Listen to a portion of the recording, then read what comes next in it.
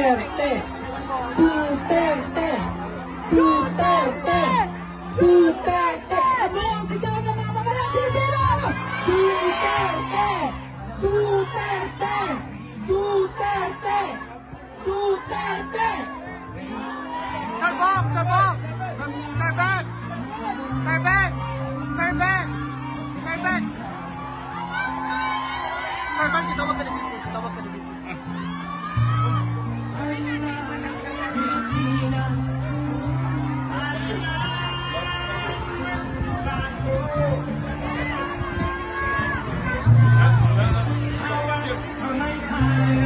Saman ba?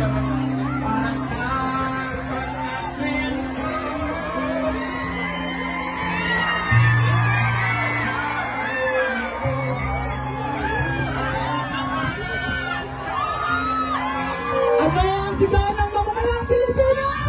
Duterte! Duterte! Duterte! Duterte!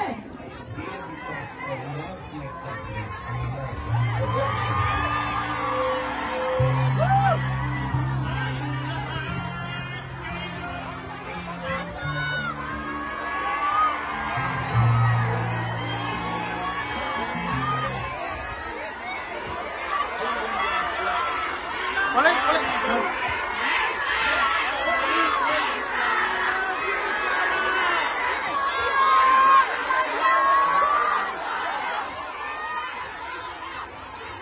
Magandang hapon sa inyong lahat.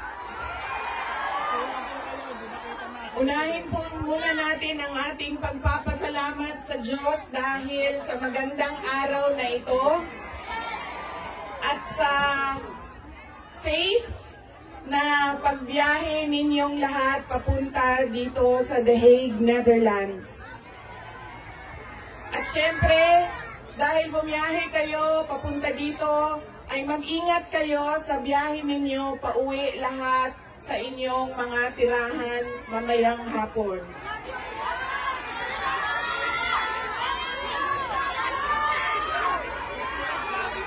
Susunod po ang pagpapasalamat ko sa Dutch Police sa kanilang pagtulong sa atin na mabuo yung programa ngayong hapon na ito at sa pagpahintulot na tayo ay magkaroon ng rally para kay Pangulong Rodrigo Duterte. Maraming salamat po sa Dutch Police and of course sa local government ng The Hague at sa Foreign Ministry ng the Netherlands. Maraming salamat sa kanila.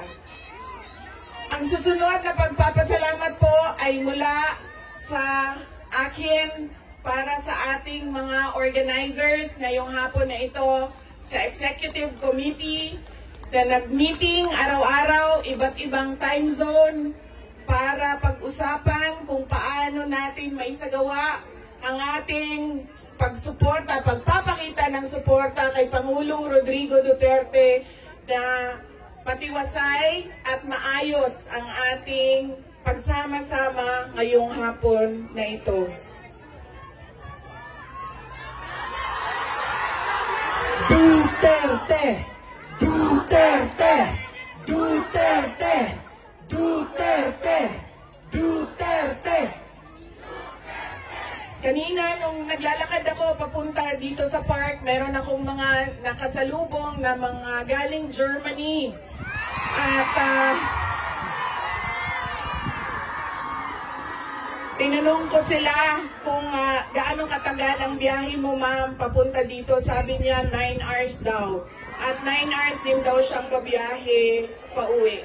So ganyan ang pinapakita ninyo na pagsuporta kay Pangulong Duterte at pagmamahal sa ating bayan. Maraming salamat sa inyong lahat. Alam ko, lahat kayo may hanap buhay, may kailangan asikasuhin, may mga personal na pinagdadaanan, merong kailangan na paglalaban na gawin sa mga damit ninyo, paglilinis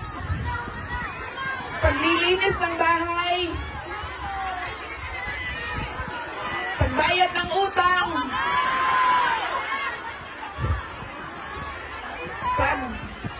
ano pa ba, pagtawag sa inyong mga mahal sa buhay doon sa Pilipinas, ay nandito kayo ngayong hapon na ito at ibinigay ninyo ang oras ninyo at panahon ninyo para mapag-usapan natin ang estado ng ating mahal na bayang Pilipinas.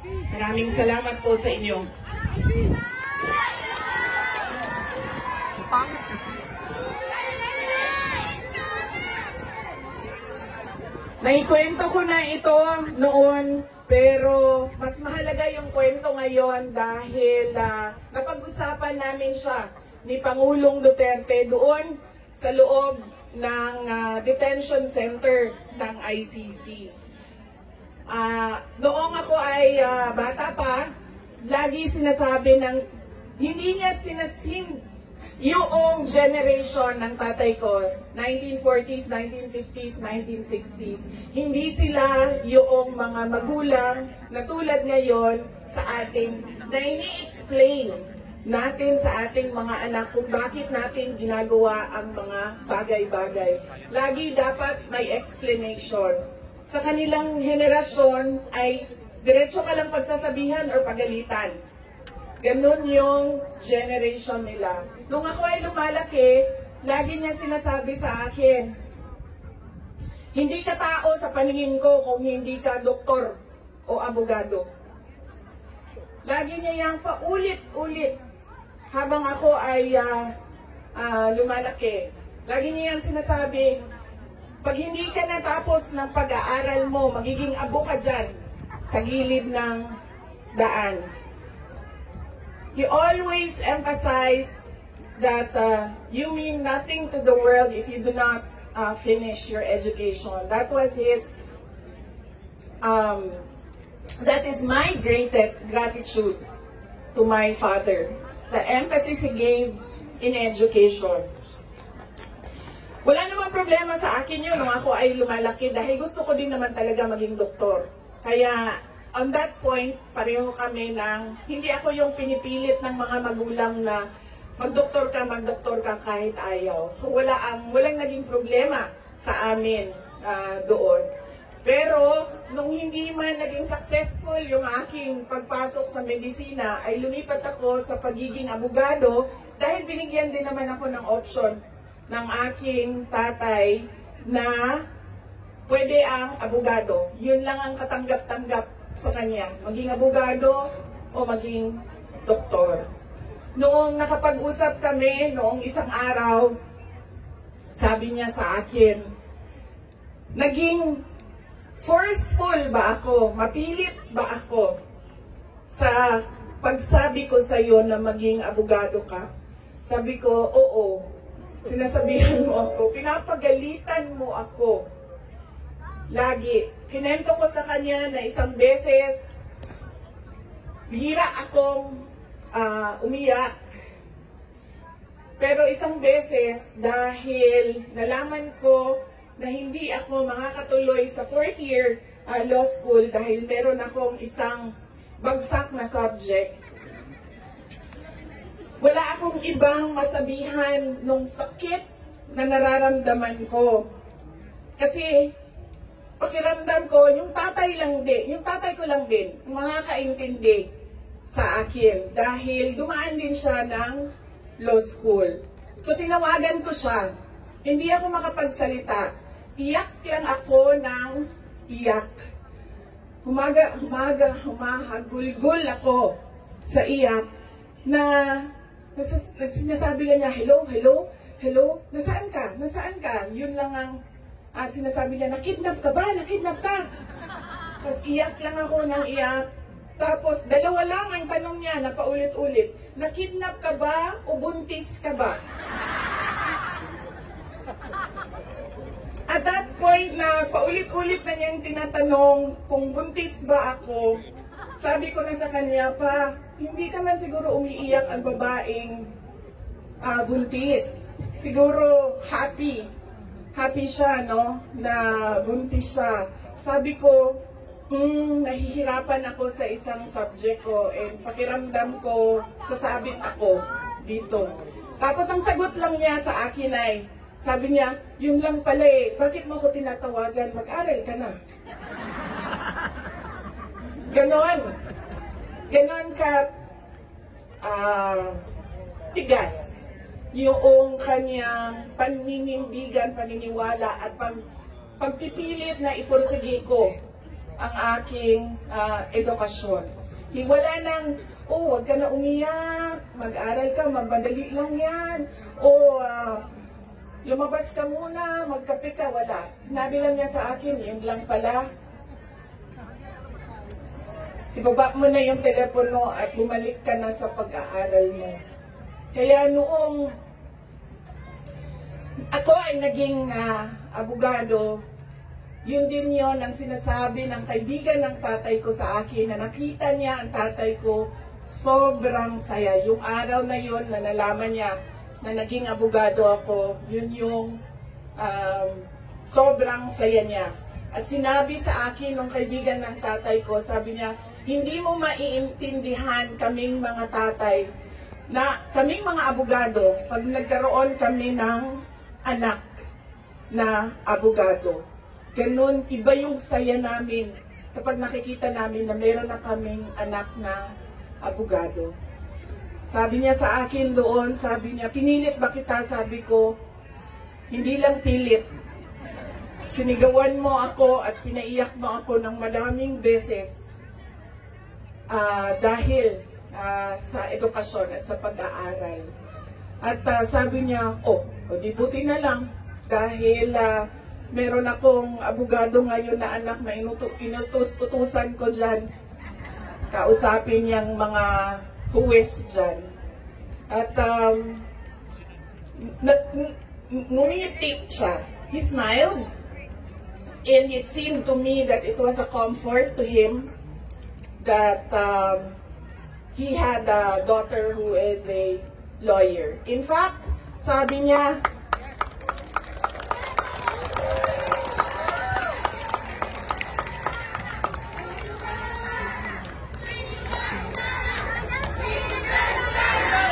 Inday Sara Duterte! Inday Sara Duterte!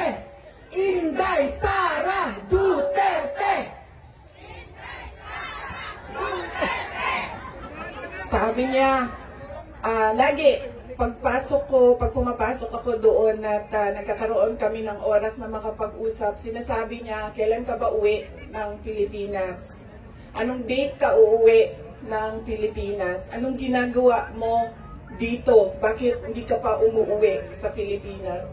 Sinasabi ko sa kanya, inaayos ko lang yung sistema dito at pagkatapos inaantay ko yung mga kapatid ko na pumunta dito. At sinabi niya, ito din, may patama din or diretso din, bullseye din sa edukasyon. Sabi niya, sabihan mo si Paulo na okay lang ako. At huwag siyang pumunta dito hanggang hindi matapos ang eleksyon at maging congressman siya ng 1st District ng Davao City. Yes! At sabi niya, sabihin mo kay Baste, hindi siya pwedeng pumunta dito hanggang hindi matapos at ma-elect siyang Vice Mayor ng Davao City. Ito ang pinakamatindi dahil pinagtatawanan namin siya sa group chat namin. Kaming magkakapatid 4, meron kaming group chat. Dahil ang sinabi niya kay Veronica, sabi niya, sabihin mo kay Kitty, hindi siya pwede bumisita dito hanggang hindi siya abogado.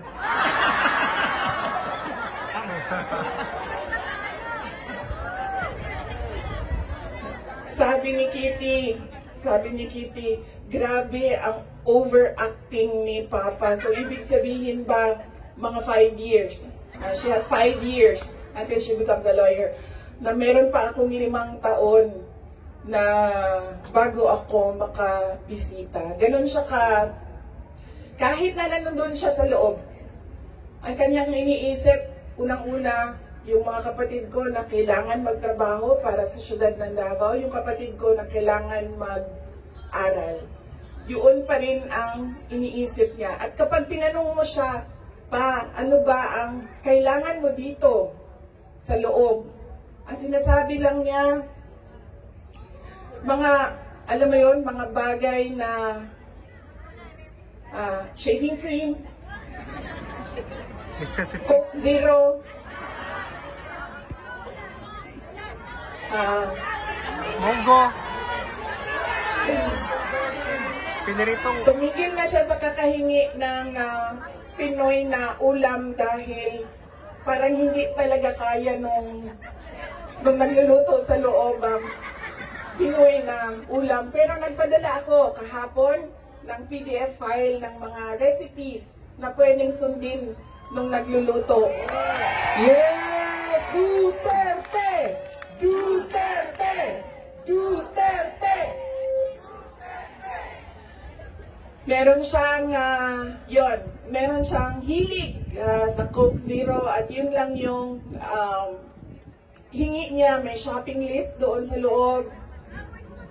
At sabi niya doon sa gwardiya na isulat mo dyan, 2 case ng Coke. Anak ko ng gwardiya, sabi niya, pwede ka naman bumili dyan sa vendo tapos iiwan mo para sa kanya. So sabi ko, Papa, anong gusto mo dito? Sabi niya, Coke Zero lang.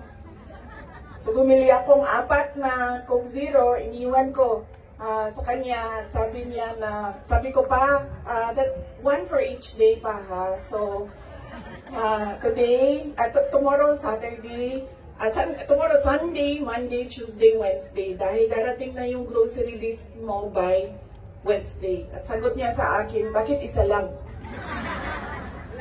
Sabi naman nung gwardiya, sabi niya, he has to have at least 2 because he already drank upstairs 1 Coke Zero. And then sabi ko, sige pa, sabi ko, babalik naman ako sa Lunes. Sabi ko, 2, bukas Sunday, and 2 sa Monday, tapos i-replenish ko na lang yung Coke Zero mo. Sabi ko sa kanya, alam mo pa, sinasabi sa iyo ng doktor, maglakad ka daw. Huwag kang nakaupo lang sa kwarto mo. Tapos sabi ko, pwede ka naman, allowed kayo na lumabas dyan. Sabihan niyo lang ang gwardiya. Sabi niya, ayoko maglakad sa labas kasi baka didiretso ako sa gate at umalis sa lugar na ito.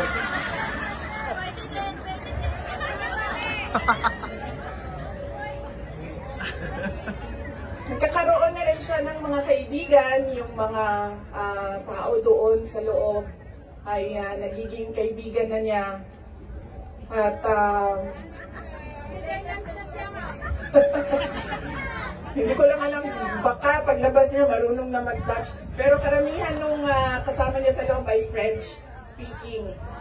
So,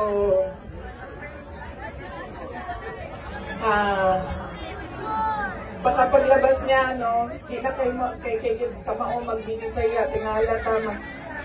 Voulez-vous coucher avec moi? Tingala na. Whatever that means. So, on that point, he is okay. Okay naman siya. Pero as a lawyer, kasi alam niya yung batas eh. Alam niya kung anong nangyayari. Kaya medyo persuasive siya. And lagi niyang inuulit-ulit kung ano yung kailangan gawin para sa kanyang kaso. At lagi siyang nagtatanong ng timelines dahil alam naman natin sa korte ay medyo may kabagalan. Diba? Magsasagutan, ang prosecution, ang defense, maraming mga papel na kailangan ipasok at antayin ang oras. Kaya siya din ay insistent sa mga timelines niya. Pero ang sinasabi niya lagi, alam niya na mali ang ginawa, and at to the very minute na tinulak siya paakyat ng eroplano, ilang beses niya sinabi na I want to be tried in a Filipino court before a Filipino judge and a Filipino prosecutor. Because he knew that number one, wala talagang basehan yung kaso. 43 counts of murder. Ang sinasabi nila na thousands. Totoo yan, ma'am. Kaya minsan naisip ko, naging kaso lang ba ito dahil sinusulat sa media na thousands ang namatay? I do not even understand paano naging crimes against humanity ang 43 counts of murder na ngayon ay lumalabas. Hindi naman ata totoo lahat yung mga witnesses at yung mga complainants. But that is a thing for the courts and the lawyers to discuss inside. Ano bang pwede nating gawin? Ang pwede nating gawin ay i-demand na ipauwi or iuwi nila si Pangulong Duterte. Bring him home! Bring him home! Bring him home! Bring him home! Bring him home! Bring him home!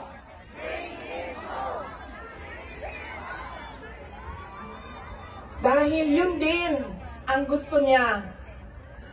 Araw-araw na nandun ako, sa mga araw na nandoon ako, isa yan sa paulit-ulit niyang sinasabi, kailan mo ako mapalabas dito dahil darating ang eleksyon, mag-mayor pa ako ng syudad ng Davao. Bring him home! Bring him home! Bring him home!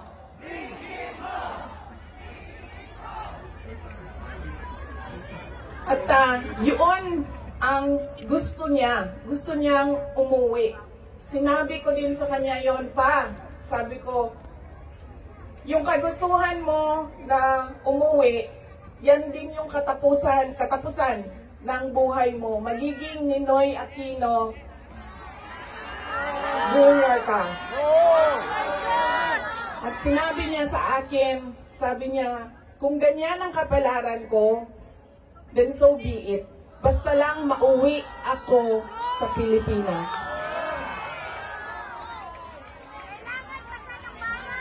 Kaya,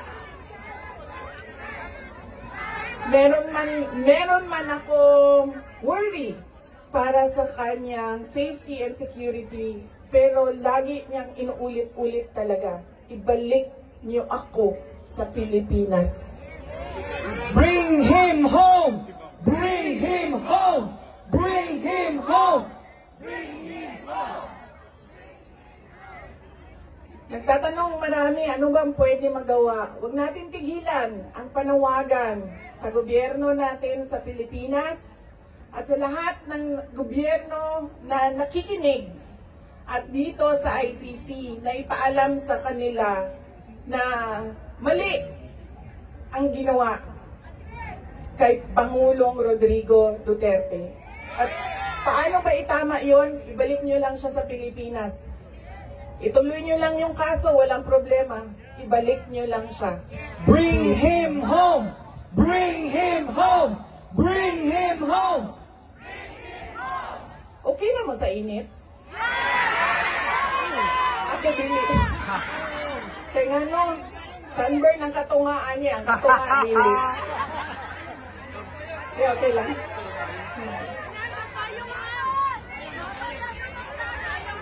Fresh maghapon, ma'am. Hindi, okay lang, okay lang. Dibangan lang tamo. Naka-ready ang sunblock din doble. Doble. Fresh maghapon. Okay lang, sir. Kaya di nila makita na ako ang mata kung magkalok ka. Oo. Okay? Unsa pa ba? Ano pa ang pwede natin gawin?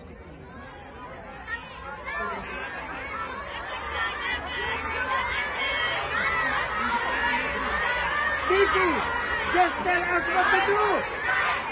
We will follow you. Marcos resign! Marcos resign!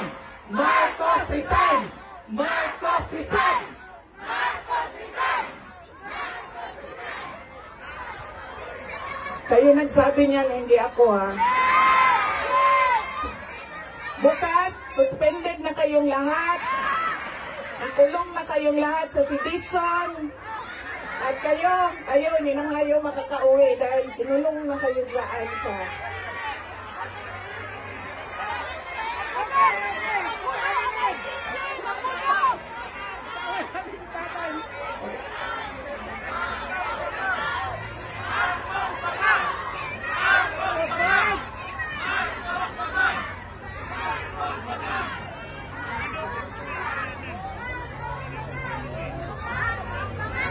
And that relates to transparency and accountability. Alam niyo kasi, ang pagiging Pangulo, dapat nasa tamang pag-iisip ka. Kapag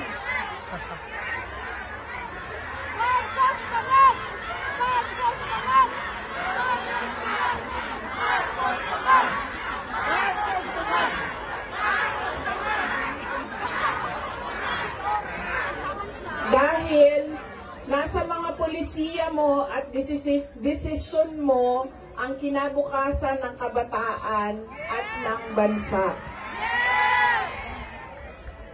Kaya yung pagsasabi na hindi mahalaga ang drug test sa aking kapasidad at abilidad na mamuno is tantamount to betrayal of public trust.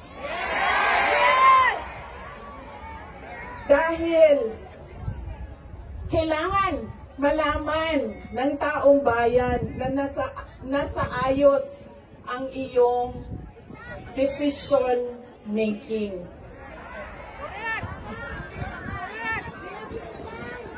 Kaya hindi lang naman natin pwede sabihin, Marcos resign. Bakit ba kailangan resign? Dahil hindi mo pinapakita sa taong bayan na maayos kang mag-isip at kaya mo ang mamuno.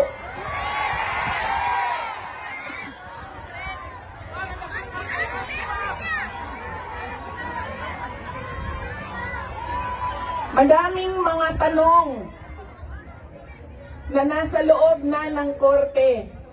Ang PhilHealth, ang pagkuha ng pondo ng PhilHealth para bang naging pyramiding ang ginawa nila sa budget ba? Kumuha sila ng kulangan pera dito, kumuha sila sa ibang source para isalpak dito, and hahanapin na naman sa ibang source yung isang nagiging juggling at parang pyramiding na ang nangyari sa budget. At kung nakikita ninyo at naiintindihan ninyo ang budget, karamihan doon pamigay lang ng mga politiko na tinatawag nating ayuda.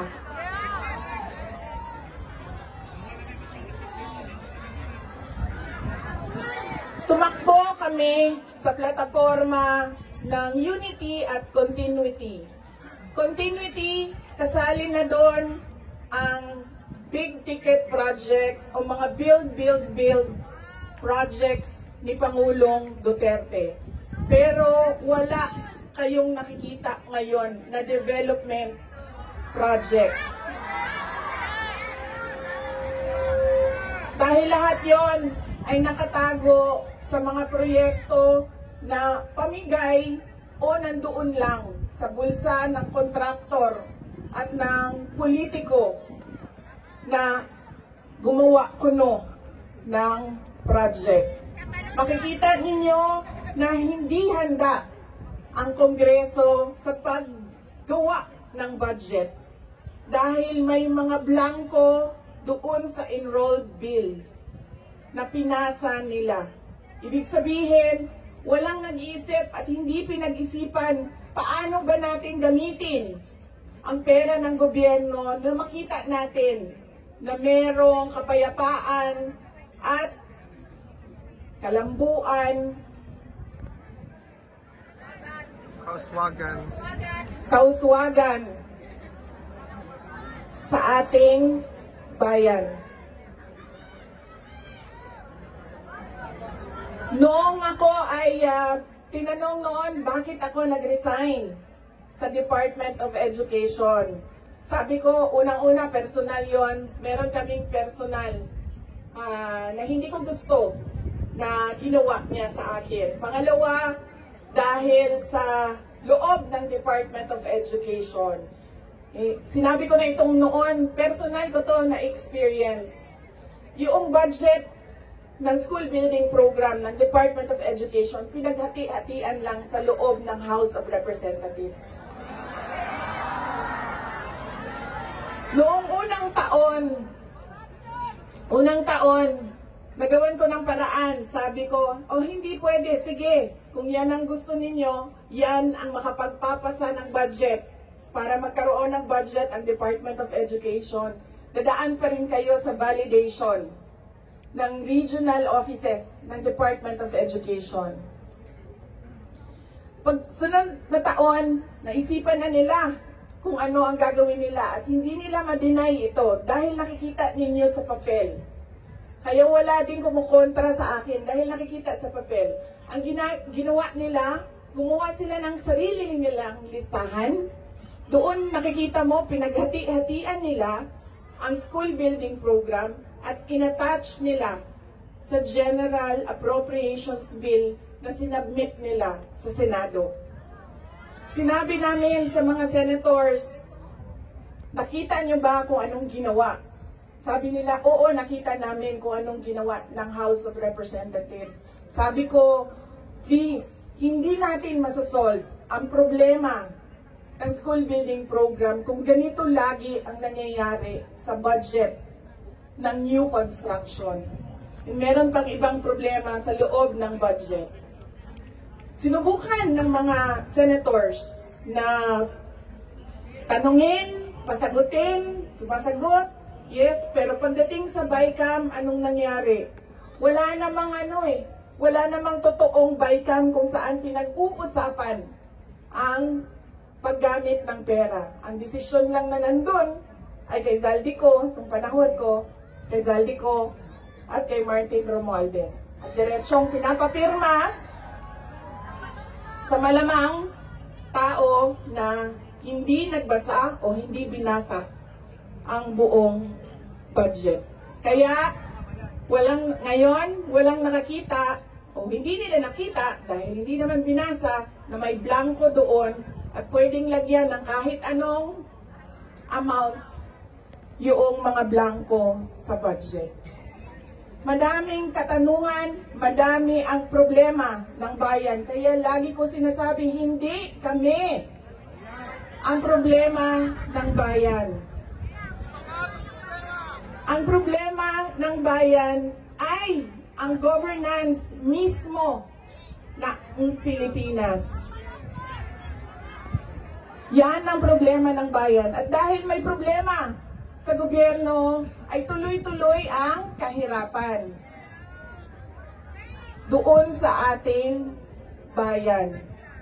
Nakikita nyo yan dahil dumadami ang nakikipagsapalaran sa ibang bansa. Dahil sa kawalan ng oportunidad doon sa ating bayan.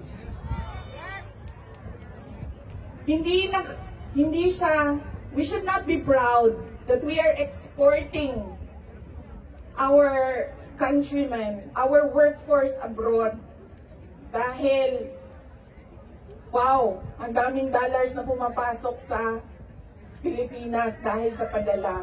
Hindi yan siya nakakatuwa.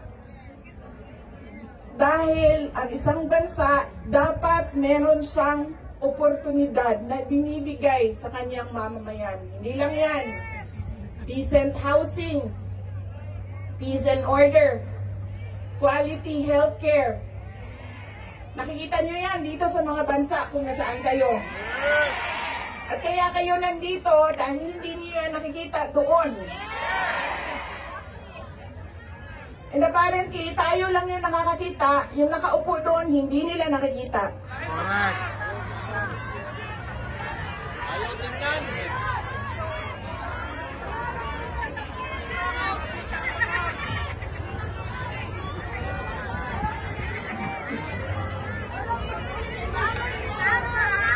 Alam nyo, madami kaibigan ko, galing ako sa middle class na family sa Davao City. So madami sa mga kaibigan ko doon, meron naman silang mga negosyo, meron naman silang pinagkakakitaan, may mga trabaho. Pero ilan na rin ang nagsabi sa akin, mga professionals ito, ilan na rin ang nagsabi sa akin, wala na rin talaga kaming nakikita, parang gusto na namin lumipat na lang sa ibang bansa para sa mga anak namin. Kaya sinasabi ko lagi yung nagsasabi sa akin, tumakbo ka sa 2028. I don't think we will have a country by 2028.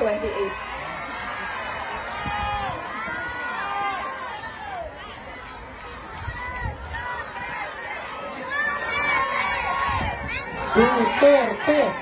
Duterte! Duterte!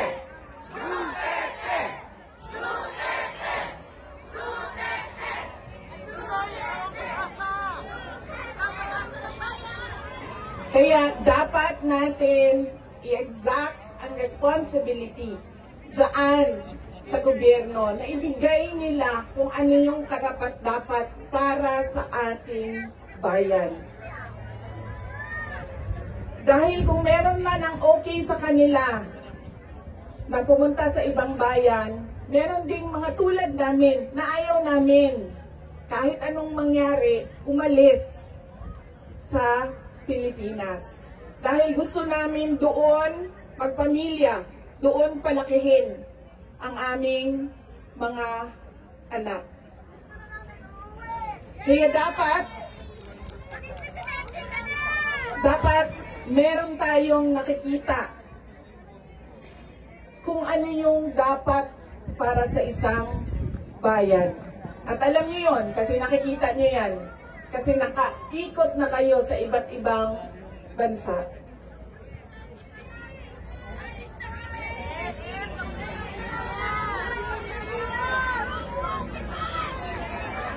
Ano ang gagawin? Patuloy na ipanawagan sa lahat ng nakikinig na iuwi ninyo si Pangulong Duterte sa Pilipinas. Bring him home! Bring him home! Bring him home! Bring him home! Bring him home! Bring him home!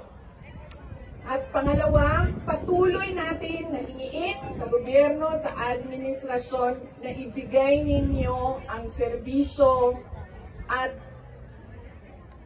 kaunlaran na karapat-dapat para sa mga Pilipino at para sa Pilipinas.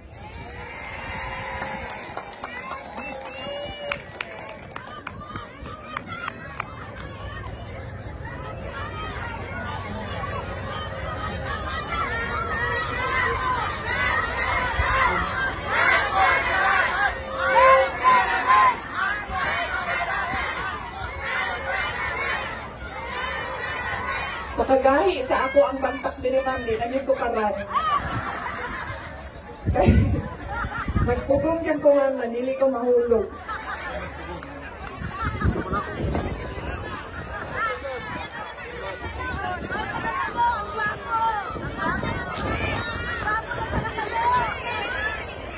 Yung akin pong mga pagpapasalamat. Una po, kanina meron na akong mga pagpapasalamat opening sa Diyos, sa ating host government, sa police, sa local police. Yung aking mga pagpapasalamat sa inyo, sa oras ninyo. Ang aking mga pagpapasalamat sa inyong patuloy na suporta sa aking opisina, ang Office of the Vice President.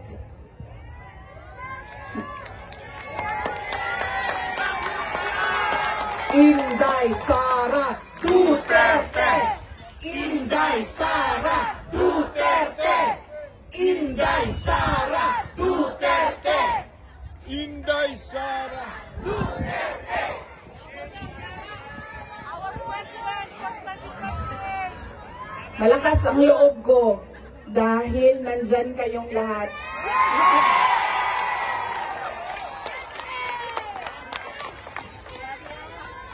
Kanina noong papasok ako dito, marami ang nagsabi, be strong, be courageous.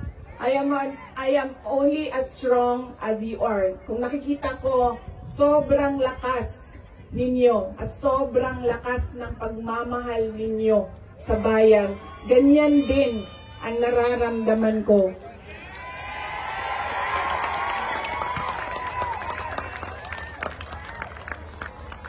Ang pagpapasalamat ng aming pamilya, ang pamilya Duterte, dako kaayo mi og utang ang kabubuton kaninyong tanan.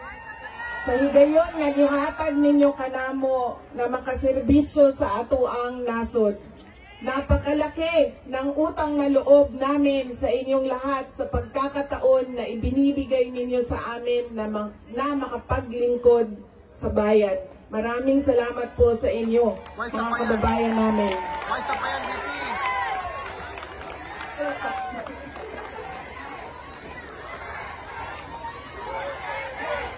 Duterte! Duterte! Duterte! Duterte! Huwag ninyong kalimutan, ayaw ninyong kalimti ang kausa. Huwag ninyong kalimutan ang laban. What is our cause? Our cause is for our country. Yes. Ang laban na ito ay para sa bayan. Yes. Mga kababayan, ang lahat ng ginagawa natin ay para sa Diyos, sa bayan, at sa bawat pamilyang Pilipino. Syukran. Duterte! Duterte! Duterte!